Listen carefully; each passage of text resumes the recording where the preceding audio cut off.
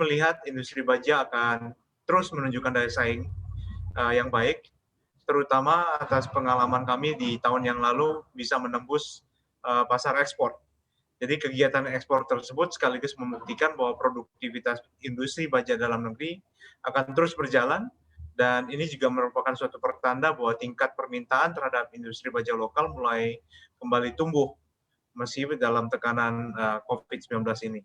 Lebih lanjut, permintaan baja di Indonesia, khususnya apparent steel consumption, bahkan diprediksikan akan mengalami peningkatan sebesar 3,4% menurut data CACI.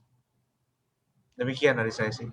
Oke, baik. Ini menarik dan tentunya kalau kita melihat tren dari kenaikan harga komoditas termasuk baja, menurut Anda bagaimana peluang dari prospek tersebut? Peningkatan terjadi memang di akhir tahun 2020 itu berdampak langsung pada peningkatan biaya produksi, sehingga meningkatkan daya saing di pasaran karena perusahaan harus meningkatkan harga jual produk. Tapi di sisi lain, ini juga bisa berbahaya apabila tidak diimbangi dengan tindakan-tindakan preventif lain, karena apabila harga baja domestik itu mengalami kenaikan lebih besar daripada kenaikan harga global, tentunya ini akan merupakan pertanda buruk atau bagi stabilitas harga di domestik. Sebab biaya produksi kita akan meningkat dan akibatnya kita punya daya jual akhirnya turun karena importnya jadi lebih mahal jadinya. Oke, Anda juga sempat mention ada sedikit perbedaan ya tentunya mengingat daya saing baja lokal dengan impor itu tentu berbeda secara cost dan juga produksi. Nah, solusinya seperti apa sih Pak agar harga baja lokal kita itu lebih menarik begitu dibandingkan dengan baja impor? Ini pertanyaan yang baik sekali karena ngejawabnya itu perlu dari berbagai sisi ya, dan tidak bisa lepas dari kebijakan pemerintah. Kalau kita mau lihat contoh ya untuk bisa meningkatkan daya saing produk baja kita, itu kita juga nggak bisa rem sama sekali bahwa kita nggak boleh menutup dari baja impor kan. Nah, tapi kalau kita mau lihat apa yang dilakukan oleh pemerintah Cina, itu mereka sangat membantu industri bajanya berkembang seperti halnya subsidi energi dan juga tax rebate untuk produk baja yang diekspor. Sehingga produk baja dari Cina sangat kompetitif untuk pasar ekspor.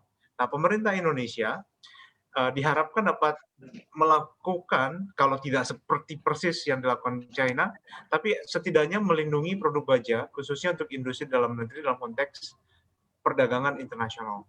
Nah, trade remedy seperti safeguard dan anti-dumping tetap perlu dilanjutkan. Di samping itu, regulasi-regulasi yang menghambat di industri baja nasional itu perlu ditinjau ulang sehingga produk baja kita bisa jauh lebih kompetitif dari sekarang ini.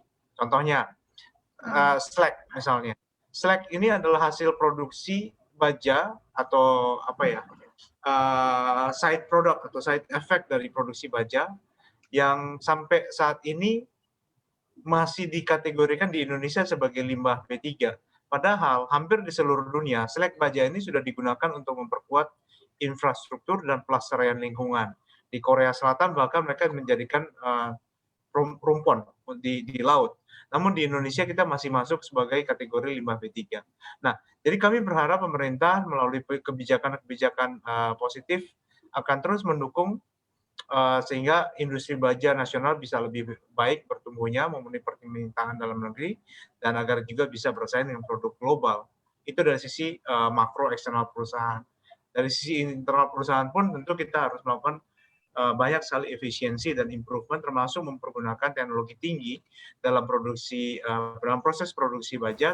Jangan lupa install aplikasi CNBC Indonesia yang ada di App Store dan juga Play Store untuk terus ikuti perkembangan berita dan informasi seputar bisnis yang terkini.